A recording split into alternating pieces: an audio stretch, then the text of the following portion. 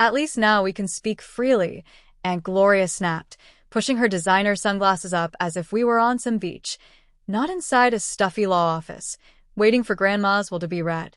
She only pretended to care for Mom, my cousin Beth added coldly. Feeding her, bathing her, please. It was all for this moment. For the money. I didn't say anything. Not because I agreed, not because I was guilty, but because I knew the truth didn't need defending in a room full of people who had already made up their minds. That's the thing about silence. They mistake it for weakness.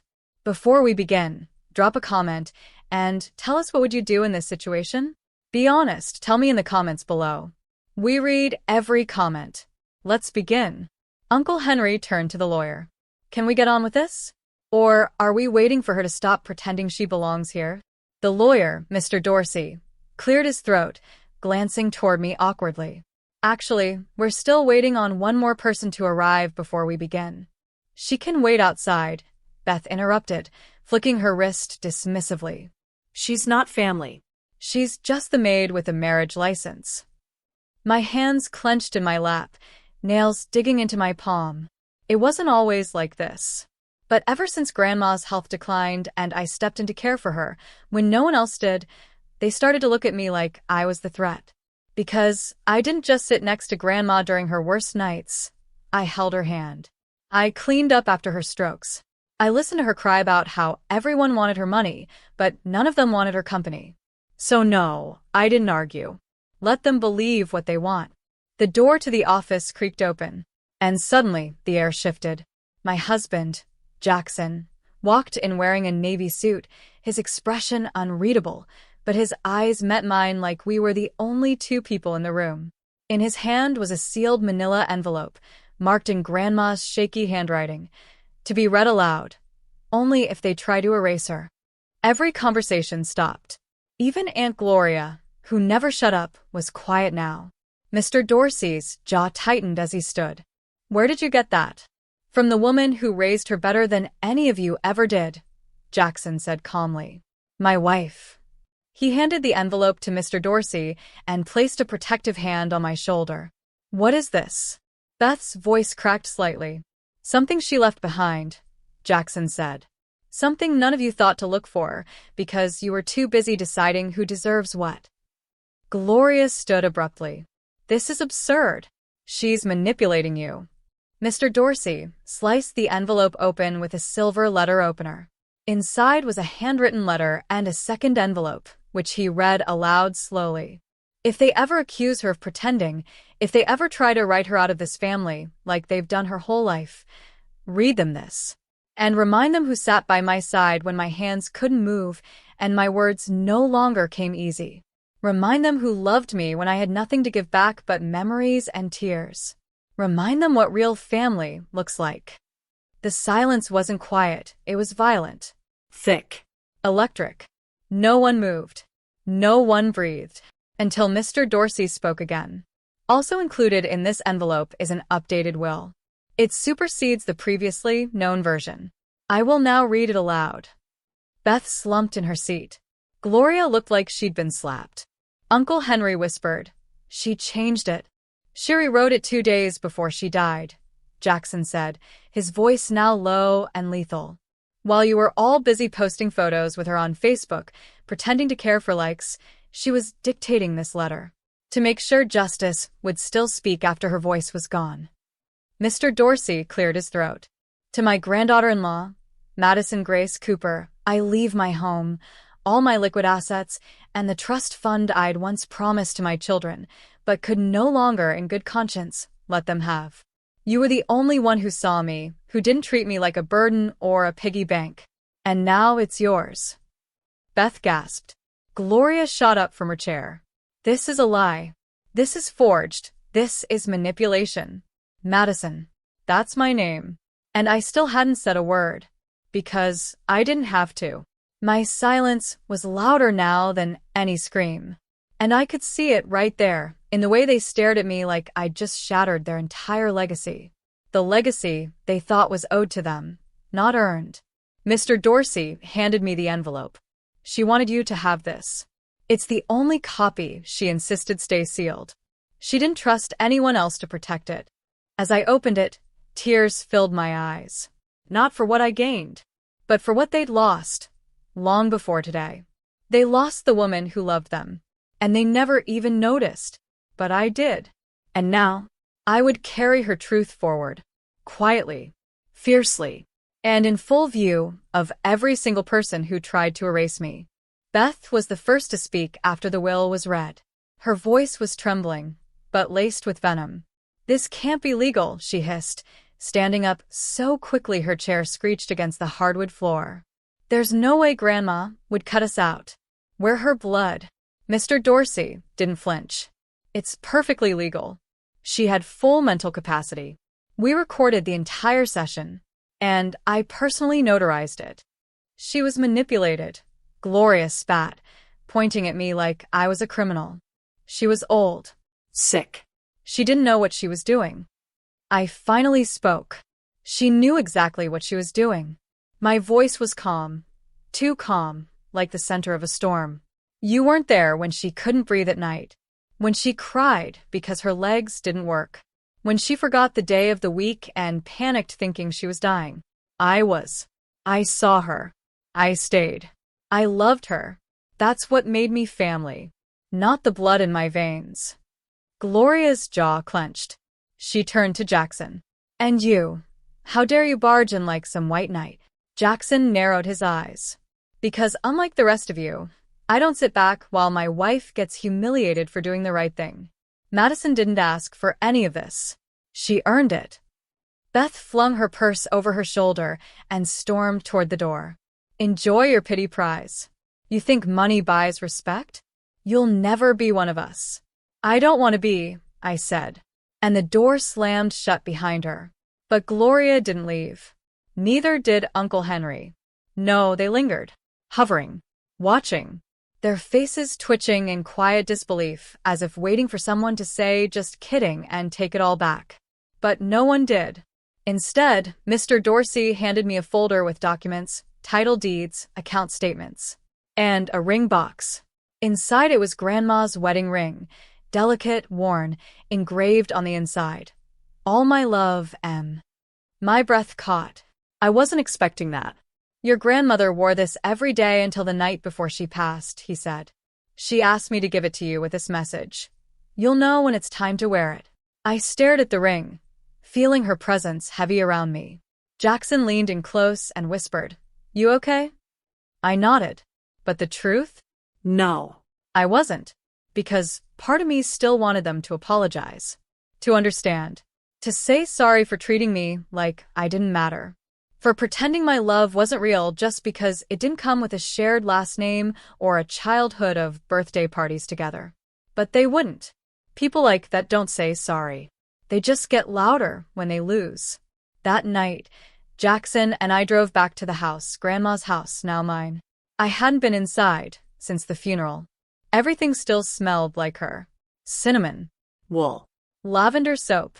I walked through the living room, staring at the photo on the mantel. Me and her. Smiling.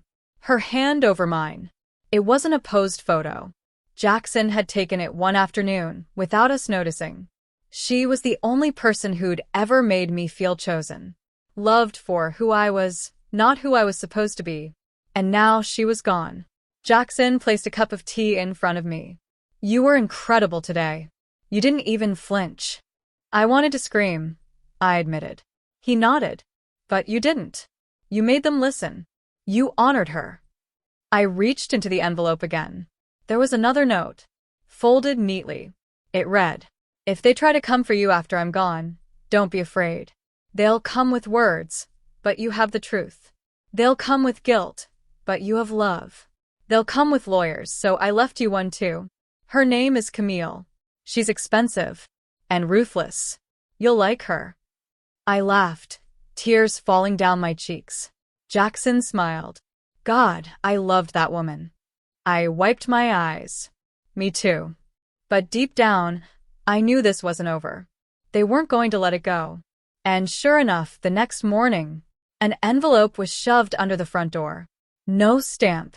No return address. Just one line written in red ink. "We're not done." I stood there in the entryway, staring at the envelope on the floor. My heart thudded once, hard and cold, like the sound of a gavel dropping in court. Jackson picked it up, examining the handwriting. They're escalating. He was right. Inside was a folded letter, typed. No signature. But the words bled with rage. This isn't over. You may have fooled the lawyer, but you won't fool the judge. We've hired counsel. We're challenging the will. Consider yourself on notice. I didn't flinch. I expected this. But I felt it. That pang of disappointment in my chest. The kind that shows up when you still hold onto a sliver of hope that maybe, just maybe, they'd surprise you with decency. They won't stop until they destroy you, Jackson said, his voice taut. I looked at him. Then we don't give them the chance. I called Camille that afternoon. She picked up on the first ring. Her voice was brisk, low, and precise. Camille L. Mercer, Estate Litigation. How can I help? This is Madison Cooper, Margaret Harding's granddaughter-in-law. There was a pause. Then, the woman she trusted. I exhaled sharply. They're challenging the will. I need help. I've been expecting your call. Your grandmother was very clear in her instructions. I have every document. The original recordings. Her signed health evaluations. Everything is time-stamped and witnessed. My fingers trembled with relief. So, we're protected? No. We're prepared, Camille said. There's a difference. And I don't lose. That night, I sat in the kitchen of Grandma's house, flipping through her journals. I hadn't read them before. I didn't want to invade her privacy. But now they were mine, and she'd left a note on the cover of one. For Madison. So you'll never forget how strong you are. I read through her words like I was speaking to her again. She wrote about her regrets, giving too much to people who only took. She wrote about the loneliness in her bones when the house was full but her heart was empty. And she wrote about me. She sat with me even when I forgot her name. She never corrected me with shame. Just smiled and told me stories until I remembered again. She smells like fresh rain and speaks like forgiveness. She's the daughter I didn't know I needed. My throat tightened. Every piece of love I gave her came back to me in those pages. And I realized then, this battle wasn't about money. It was about dignity. About defending a love that had already been questioned too many times. The next morning, the subpoenas arrived. Gloria, Beth, and Henry were officially contesting the will, on the grounds of undue influence. Camille didn't even blink. Let them come, she said, reviewing the paperwork. They're walking into a courtroom with ego. We're walking in with evidence. But I wasn't ready for what happened next. A week later, while Jackson was out getting groceries, I noticed a shadow through the curtain. Someone was standing on the porch. When I opened the door, Beth was there. She didn't look smug anymore. She looked tired. Pale. Shaken. She pushed past me into the foyer before I could stop her. I need to talk to you, she said. I crossed my arms. Now you want to talk? She lied to all of us, Beth said, turning slowly. Grandma. She lied. I stared at her. What are you talking about? She told me she'd left the house to me. When I visited her 6 months ago, she said I was her favorite, that she'd make sure I was taken care of. I believed her. I let out a bitter laugh. You visited once in 6 months. You posted a photo on Instagram with the caption, hanging with the old bird, still kicking. That's the extent of your love. Beth's eyes glistened. I don't know why she chose you. I stepped forward. Because I didn't show up for appearances. I showed up when her mind was slipping and she screamed in the middle of the night thinking she was 9 years old again. I showed up when she forgot how to chew. When she wept because she thought she was a burden. I cleaned her bedsheets while you were in Cancun. Beth's shoulders shook.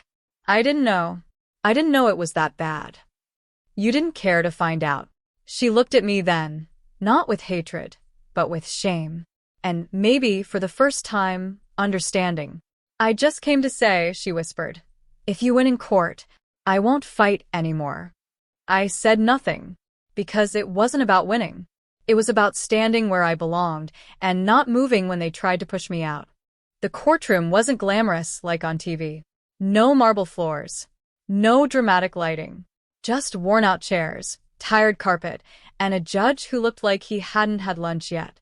But the tension in that room? It could slice bone.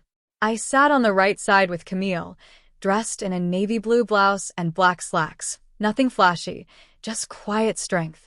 Jackson held my hand beneath the table, his grip steady. Across the room sat Gloria in a sharp crimson suit, lips pursed like she'd swallowed a lemon. Henry fiddled with his tie, clearly sweating through his shirt. Beth sat behind them, head low, eyes glassy. She hadn't hired her own lawyer. She wasn't contesting anymore. She was just there. Judge Melrose cleared his throat. We're here to hear arguments on the challenge to Margaret Harding's last will and testament. I didn't listen to the rest. My heart pounded so loud it drowned out the words. But Camille didn't flinch. She rose gracefully, handed the judge a stack of papers, and began. Your Honor, the opposing counsel claims undue influence. What they will fail to show is coercion. What we will prove is love. Care. And voluntary action. We have signed evaluations from her physician. A full audio and video recording of her reading and signing the will. And a record of financial transfers, none of which benefited my client prior to Margaret Harding's death. The judge flipped through the documents. The other attorney, a smug man named Randall King, stood next. Your Honor, we intend to demonstrate that my clients were manipulated by someone who had access to the deceased in her most vulnerable state, an outsider who took advantage of an elderly woman's mental fragility. Objection, Camille said, sharp as a blade. Calling my client an outsider is inflammatory and irrelevant. She was legally family. She was her caregiver. And she was loved. The judge lifted a hand. Sustained. Randall backed off, but I saw it in his eyes. He'd lost his opening punch. He wouldn't recover easily. They tried to drag me. One by one, Gloria and Henry took the stand. She isolated her, Gloria claimed. She made it hard for us to visit. She hid Grandma's condition from us, Henry added. We didn't know she was that sick. But Camille calmly played back video after video. Footage of Gloria ignoring Grandma's phone calls. Screenshots of Henry replying, too busy. Next month maybe. Voice messages from Grandma herself, asking me to keep visits short because she couldn't handle the drama anymore. Then the turning point. Camille brought up a video I didn't even know existed. Grandma, sitting in her favorite chair, smiling faintly as she looked into the camera. This is for when I'm gone, she said. In case they say Maddie made me do this. She didn't. I begged her to stay when everyone else left. I begged her not to give up on me. And if anyone tries to erase her from my life, play them this. The courtroom was silent. I felt tears sting my eyes, but I didn't cry. I wouldn't give them that. Even the judge looked shaken. I've seen enough, he said finally, setting his papers down. This will is valid. There's no evidence of coercion. Only overwhelming evidence of care. Challenge denied. The gavel dropped. It was over, but the fallout wasn't. As we stepped outside, reporters were waiting. Word had gotten out. Old money family torn apart by a contested inheritance. Cameras flashed. Microphones shoved forward. Madison, how does it feel to win everything? I turned, calm. It doesn't feel like winning. It feels like defending someone I loved. Back at the house, Jackson and I sat on the porch, the late sun streaking across the old oak trees. I still hadn't taken the ring off my finger. Not the wedding ring Jackson gave me. Grandma's. I think it's time, I said. Jackson looked over. Time for what? I slipped Grandma's ring on my right hand. She said I'd know when. And I did. Because now the fight was over. But the healing? That was just beginning.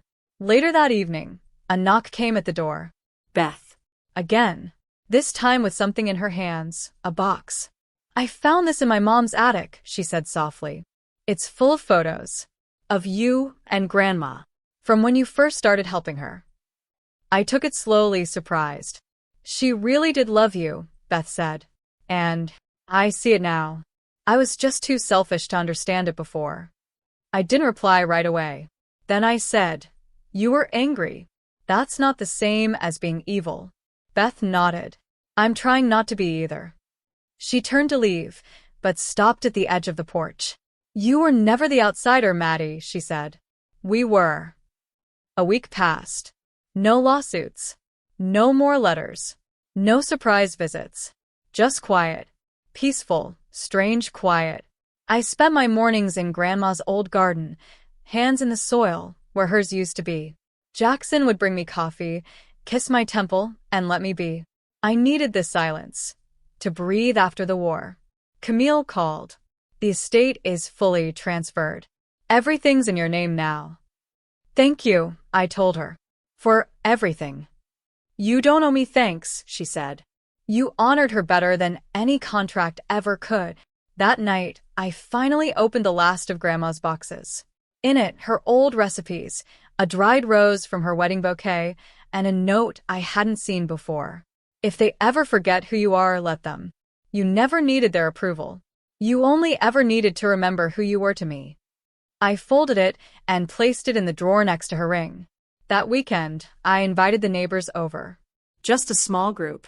People who used to wave at Grandma, who dropped off soup when she was sick. People who knew her.